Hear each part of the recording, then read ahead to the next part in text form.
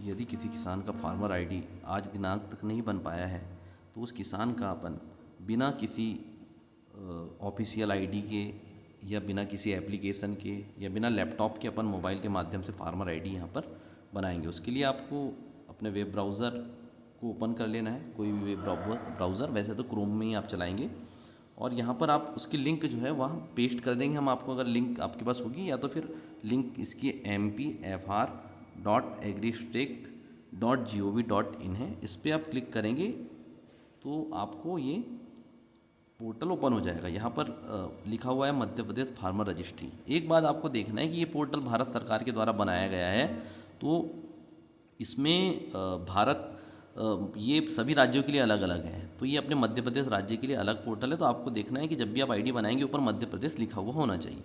तो किसी किसान की आपको आईडी बनाना है तो आप सिंपल सा यहाँ पर जो फार्मर वाला ऑप्शन है उस पर यहाँ पर क्लिक करेंगे।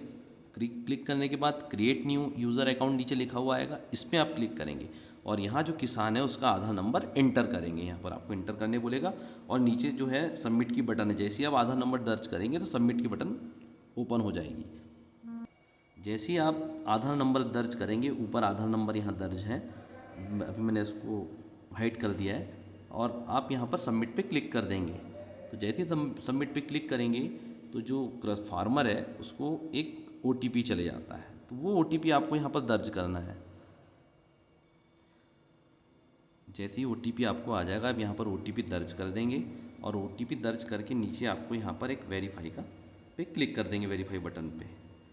जैसे ही वेरीफाई बटन पे आप यहाँ पर क्लिक करते हैं तो आपको यहाँ आप देखेंगे किसान की सारी डिटेल्स यहाँ पर ऊपर ओपन हो जाएगी। ये किसान की सारी डिटेल्स ओपन हो गई। अब अपने को क्या करना है, ऊपर अपना आधार नंबर अब वेरीफाई हो गया, अब अपने को मोबाइल को वेरीफाई करना है। तो अब यहाँ पर आप मोबाइल नंबर को एंटर करेंगे। मोबाइल नंबर एंटर करके आप सिंपल सा बाहर क्लिक कर देंगे स्क्रीन पे। ये जैसे ही क्लिक करेंगे आप बाहर, वैसे ही आपको एक OTP के लिए स्क्रीन आ जाएगा, जो किसान को OTP आया है मोबाइल पे। OTP यहाँ पर डालेंगे आप। मोबाइल नंबर के OTP को आप जैसे ही वेरीफाई पे क्लिक कर देंगे तो ये मोबाइल नंबर भी आपका वेरीफाई हो जाएगा। यहाँ वेरीफाइड ओके लिखा हुआ है। अब आपको यहाँ पर पासवर्ड बनाना है, मतलब जो आप अपने हिसाब से बना सकते हैं। पहला वर्ड उस पर कैपिटल रहेगा, फिर स्मॉल में, फिर कोई स्पेशल कैरेक्टर जैसे @ हो गया, डॉलर हो गया, और उसके बाद एक न्यूमेरिक। तो ये आप अपने हिसाब से यहाँ पर पासवर्ड डाल के आप दोनों पासवर्ड को देखकर यहाँ पर क्रिएट माई अकाउंट पे क्लिक कर देंगे तो लिख कर आ जाएगा कि user account has been successfully activate. अब आप यहाँ पर ओके पर क्लिक कर देंगे तो आपका ये लॉगिन वाला जो स्क्रीन है ये ओपन हो जाएगा। अब आपको यहाँ क्या करना है, जो आपने मोबाइल नंबर वेरीफाई किया है उस मोबाइल नंबर को दर्ज करना है, जो पासवर्ड आपने क्रिएट किया है उसको आपको यहाँ पर एंटर करना है। यहाँ आप अब ID पासवर्ड डाल के लॉगिन पे क्लिक कर देंगे। जैसे ही यहाँ पर आपका लॉगिन हो जाएगा, लॉगिन होने के बाद किसान की डिटेल्स आ जाती है ऊपर, आपको केवल रजिस्टर एज फार्मर पे यहाँ पर क्लिक कर देना है। ये रजिस्टर एज फार्मर पे क्लिक करेंगे, आपसे ये मैसेज आएगा कि आप मोबाइल नंबर चेंज करना चाहते हैं, तो आप नहीं कर देंगे क्योंकि मोबाइल नंबर आपने अभी अपडेट किया है। और ये किसान की सारी डिटेल्स यहाँ पर आधार के अनुसार ओपन हो जाती है। अब आपको क्या करना है, जैसे यहाँ पर किसान का नाम इंग्लिश में लिखा हुआ है, आपको यहाँ पर हिंदी में टाइप करना है। लिखा हुआ है farmer name in local language, मैं हिंदी में टाइप कर देता हूँ। यहाँ पर किसान का नाम यहाँ हिंदी में टाइप हो गया, वैसे ही उसके फादर का जो नाम है उसको भी आपको हिंदी में टाइप, जैसा लिखा है जैसा स्पेस है सेम टू सेम आपको वैसे ही करना है। किसान का नाम लोकल लैंग्वेज में लिखने के बाद आपसे ये पूछा जाएगा कि क्या ये PM किसान के लिए पात्रता रखते हैं, तो आपको हाँ या नहीं में किसान से पूछ कर ही आपको भरना है, क्योंकि इसका एक बार वेरिफिकेशन भी होगा। फिर यहाँ पर आपको अब एड्रेस जो लिखा हुआ है इंग्लिश में, इसको आपको लोकल लैंग्वेज मतलब हिंदी में यहाँ पर एड्रेस यहाँ पर दर्ज करना है। हिंदी में एड्रेस दर्ज कर लिया आपने। यहाँ पर आप फार्मर टाइप, केवल एक ही टाइप है फार्मर का, तो आप इसको सिलेक्ट कर लेंगे। फिर ऑक्यूपेशन डिटेल में एग्रीकल्चर पे क्लिक कर लेंगे, और फिर यहाँ पर महत्वपूर्ण काम है कि अब इनकी ज़मीन को ऐड करना, तो आप यहाँ पर फैच लैंड डिटेल्स पे आप यहाँ पर क्लिक करेंगे। उसके बाद आप जिस ज़िले में, जिस ग्राम में इनकी ज़मीन है उसका यहाँ पर आप सिलेक्शन कर लेंगे। जैसे यहाँ पर इनकी ज़मीन बालाघाट की परसवाड़ा तहसील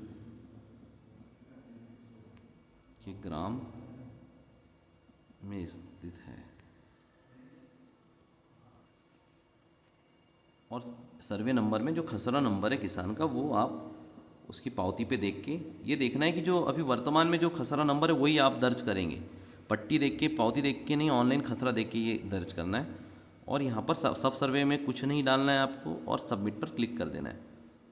जैसे सबमिट पर क्लिक करेंगे, यहाँ कोई नाम किसान का आया नहीं, तो आप यहाँ क्या करेंगे, यहाँ लिखा हुआ है कि my name is not there in the list of honours, तो यहाँ आप क्लिक कर देंगे इसको।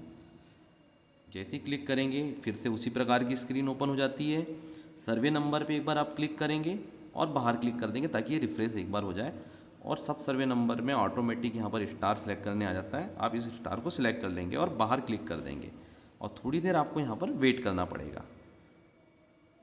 ये लैंड रिकॉर्ड से ये खसरे की डिटेल्स ऑटोमेटिक यहाँ पर आ चुकी है।